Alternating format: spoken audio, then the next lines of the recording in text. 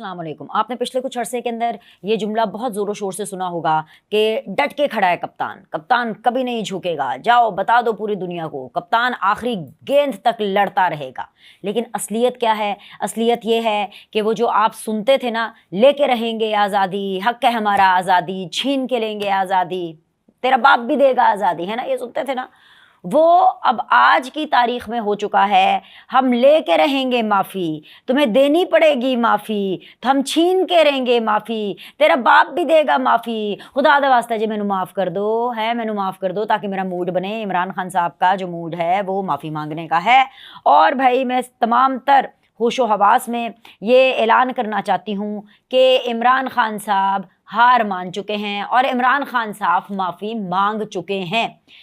یہ کیوں ہوا ہے؟ یہ کیسے ہوا ہے؟ اپنوں نے عمران خان صاحب کو گڑوا دیا. وہ جو اپنے کرم تھے، اپنی کرتوتیں تھیں، انہوں نے گڑوا دیا. اتنے ہوش ربا انکشافات ہوئے ہیں، ایسے ایسے تعلقات پاکستان کے دشمن ممالک کے ساتھ اور ایسے ایسے تعلقات پاکستان کے دشمنوں کے ایجنڈا پر پاکستان تحریک انصاف اور عمران خان کے ثابت ہوئے ہیں کہ جس کے بعد عمران خان گھٹنوں پر آ کے ناک سے لکیریں نکال کے کہہ رہے ہیں مجھے معاف کر دو. اس سب کی تفصیلات میں آپ کو اس ویڈیو میں بتانے والی ہوں. لیکن اس سے بھی زیادہ ضروری ایک اور بہت ضروری چیز ہے جو میں نے آپ سے شیئر کرنی ہے، وہ ہے کہ جی شہباز شریف جو ہے وہ بال بال بچ گئے ہیں، ان کی زندگی بال بال بچ گئی ہے. آپ کو پتہ ہے کہ شہباز شریف صاحب نے جانا تھا تہران میں، اور وہاں پر آف کورس ایک تقریب تھی اور ایرانی صدر کی ایک تقریب تھی جہاں پر انہوں نے شرکت کرنی تھی. لیکن پہلے تو یہ خبر آئی کہ جی تھوڑی سی طبیعت ناساز ہو گئی ہے شہباز شریف صاحب کی. لیکن اصل میں پھر اس کے بعد پتہ چلا کہ جو انٹیلیجنس ایجنسی ہے، جو ISI ہے، جی وہی ISI جو کہ اچھی خاصی پوری دنیا کی کمپیٹنٹ ترین ایجنسی ہے، جس کو عمران خان نے پارلیمنٹ کا کورم پورا کرنے کے لیے لگایا ہوا تھا، وہ ISI انہوں نے شہباز شریف کو جانے سے روک دیا اور انہوں نے کہا کہ بھئی ہمیں نا کچھ خبریں وہاں سے اچھی نہیں آ رہی ہیں. اور پھر رات گئے جو ہمیں خبر ملی، اور آپ کو پتہ ہے کہ پاکستان کے اندر انٹرنیٹ کا آن آف چل رہا ہے. کل بڑی مشکل ہوئی، کل بڑی مشکلوں سے میں نے ویڈیو کی، اور آج کل مجھے بڑی دقت آ رہی ہے یہ یوٹیوب کے اوپر ویڈیوز کرنے کی وجہ سے، because of the internet connections and up and down and all that stuff. تو خبر آئی کہ جی اسماعیل ہانیہ جو ہیں ان کو شہید کر دیا گیا ہے.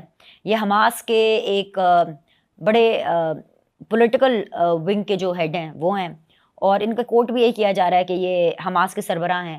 یہ تہران آئے ہوئے تھے، اور یہ تہران اس لیے آئے ہوئے تھے بیکاز جو تقریب ہے ایران میں، ایرانی صدر کی جو تقریب تھی جس میں شہباز شریف صاحب نے بھی شرکت کرنی تھی، he was also one of the guest. اور ان کو وہاں تہران میں جس ہائیلی VVIP پروٹوکول اور ہائیلی VVIP جگہ کے اندر ان کو رکھا ہوا تھا، وہ جس جگہ پر تھے وہاں پر آف کورس ایک ڈیوائس کے ساتھ کوئی انٹرنیٹ کنیکشن ہوا، اور پھر اس کے بعد ٹارگٹڈ ایک ڈرون ہوا اور ان کو شہید کر دیا گیا. اب حماس کا جو یہ سارا صورتحال ہے وہ ہمارے سامنے ہے کہ جس طریقے سے وہاں پر بچوں کے ساتھ ہو رہا ہے، جو بھی وہاں پر ظلم و ستم کیا جا رہا ہے، ہم سب کے سامنے اس کے بارے میں جتنی بھی بات کریں، جتنی بھی کنڈیمنیشن کریں وہ کم ہے. لیکن ایسے میں یہ بہت بڑی بات ہے، بہت بڑی بات ہے کہ جو شہباز شریف صاحب ہیں وہ بال بال بچ گئے ہیں، پاکستان کے جو وزیر اعظم ہیں وہ بال بال بچ گئے ہیں. یہ جو واقعہ ہے نا، یہ جو ایران کا حملہ ہوا ہے، یہ اس کے اوپر اسماعیل ہانیہ کے اوپر ان کو شہید کیا گیا ہے ایران میں، یہ ایک بڑی خطرناک سی صورتحال ہے. اب بہت سے لوگ کا اس میں کہنا ہے کہ جی جنگ چھڑ سکتی ہے، کچھ ہو سکتا ہے. اس میں جنگ منگ چھڑنے کا تو خیر مجھے نہیں لگتا کہ کچھ اس طرح کی صورتحال ہوگی، کیونکہ جو ابھی ہمیں ایران کی طرف سے بھی بیانات آ رہے ہیں وہ یہی آ رہے ہیں کہ ہم معاملے کو زیادہ طول نہیں دینا چاہتے. لیکن اس میں دیکھنے والے، سمجھنے والے، سننے والے لوگوں کے لیے اس میں بہت سی نشانیاں ہیں، بیکاز آلریڈی پاکستان کے پوری دنیا کے اندر ایکسٹریمزم بہت زیادہ ہو گئی ہے، پاکستان میں بھی خیر بہت زیادہ ہو گئی ہے. اور اس طرح کے واقعات جو ہیں وہ جو ایکسٹریم حالات ہیں، جو انتہا پسندی ہے، یہ اس کی طرف اشارہ کرتے ہیں. کیونکہ جو سیاستدان ہوتے ہیں نا ان سے بات کی جا سکتی ہے، جو پولیٹیشنز ہوتے ہیں ان کا ایک پولیٹیکل مائنڈ ہوتا ہے، لیکن جو پولیٹیشنز کے روپ میں یا پولیٹیکل پارٹیز میں جو ملیٹنٹس ہوتے ہیں یا جو کہ ایک ملیٹنٹ کا مائنڈ سیٹ رکھتے ہیں، ہوتے ہوں گے وہ سیاستدان نہیں، اس لبادے کے اندر کوئی ملیٹنٹ مائنڈ سیٹ رکھتا ہوگا. وہ جو ہے مائنڈ سیٹ رکھنے والا شخص نہ کوئی بات سمجھتا ہے، نہ کوئی ڈائلاگ میں آتا ہے، وہ بس اپنی میں رہتا ہے. سو یہ مسائل جو ہیں یہ ہر جگہ پہ ہو رہے ہیں. امریکہ میں آپ دیکھ لیں, پاکستان کا تو خیر آوے کعوے بگڑا ہوا ہے, اس میں عمران خان دیکھ اب کیا کر رہے ہیں. بات عمران خان کی نکلی ہے تو میں آپ کو بتاتی ہوں. عمران خان صاحب جو پاؤں پڑے ہوئے ہیں نا, وہ کیا وی نیوز ہے, ان کے کسی رپورٹر نے گوہر خان سے پوچھا کہ یہ جو چینج آیا ہے کہ پہلے عمران خان صاحب کہتے تھے کہ آرمی چیف جنگل کا بادشاہ ہے, تو اب وہ ان کو سپہ سالار کہہ رہے ہیں. بھائی مطلب ڈھٹائی آپ دیکھیں. پھر اگین نا ایسے الفاظ استعمال میں نہیں کرنا چاہتی کہ یہ دوغلا پن نہیں ہوتا ہے, دوغلی سیاستی اس کو کہیں گے. And I know it's not a good word کہ گوہر خان صاحب کہہ رہے ہیں نہیں وہ آرمی چیف کو تو نہیں کہتے تھے, وہ تو ایسے کچھ چیزیں سیاسی ہوتی ہیں ویسے طور پہ کہہ دیتے ہیں. یعنی کہ اس چیز کا اعتراف کیا جا رہا ہے, عمران خان کو جسٹیفائی کرنے میں بھی اس چیز کا اعتراف کیا جا رہا ہے کہ ہاں ہم سیاست میں ان کو دھکیل رہے تھے, ہم آرمی چیف کو سیاسی طور پر استعمال کر رہے تھے, ان کو سیاسی طریقے سے ڈیل کر رہے تھے. تو یہ سیاست سے کیا تعلق ہے؟ ہم تو کہہ کے تھک گئے بھائی, فوج کو سیاست سے دور رکھو. اب جب فوج سیاست سے دور ہوئی ہے تو ان کے ساتھ سیاست کی طرح ان کو نبڑا جا رہا ہے. ان کے ساتھ جو مائنڈ سیٹ ہے وہ گوہر خان خود کہہ رہے ہیں کہ وہ سیاسی طور پہ بہت سی باتیں ہوتے ہیں. نہیں وہ تو ان کو تو نہیں کہتے تھے, آرمی چیف کو تو نہیں کہتے تھے جنگل کا بادشاہ. بعد میں پتہ چلے گا کہ نہیں ہم تو جنگل کا بادشاہ نہیں, ہم تو سرکس کا بادشاہ کہتے تھے. بھائی ان کا کیا پتا کہ آرمی چیف ان کے لیے جنگل کا بادشاہ ہے, سرکس کا بادشاہ ہے, کائے کا بادشاہ ہے. مطلب ان کو تو فوبیا ہوا ہے آرمی چیف کا. اب یہ جو آئے ہیں نا کہ لے کے رہیں گے ہم معافی, حق ہے ہمارا معافی, تیرا باپ بھی دے گا ہمیں معافی, آرمی چیف بھی دے گا ہمیں معافی, ISPR بھی دے گا ہمیں معافی, ISI بھی دے گا ہمیں معافی. یہ جو PTI کا عمران خان کا پرچار ہے یہ کیوں ہے؟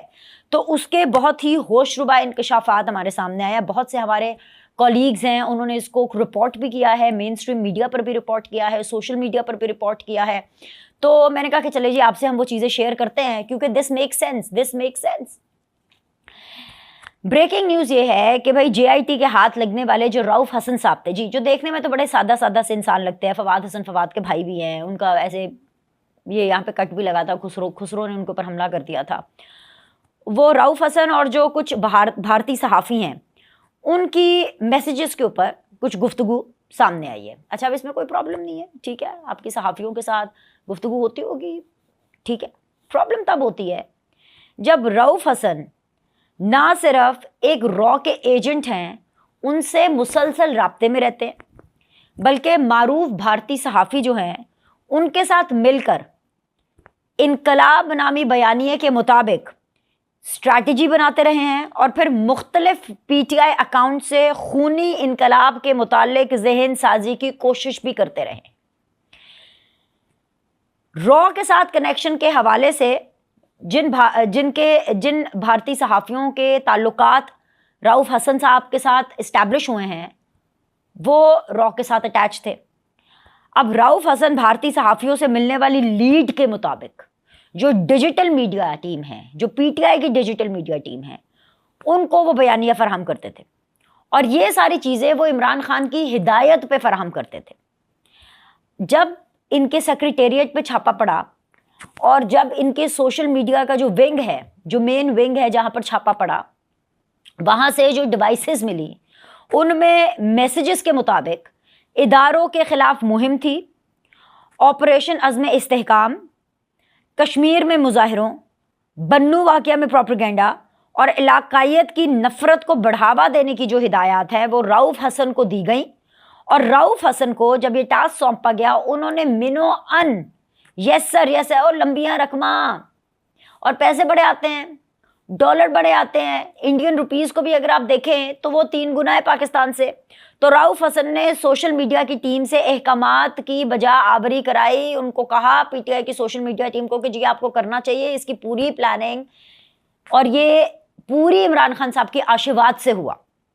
FIA ٹیم نے حاصل شدہ تمام ثبوت جب عدالت میں پیش کیے, سنتے جائیے اور شرماتے جائیے, یہ آپ نے گھبرانا نہیں ہے, یہ سچ بتا رہی ہوں میں آپ کو.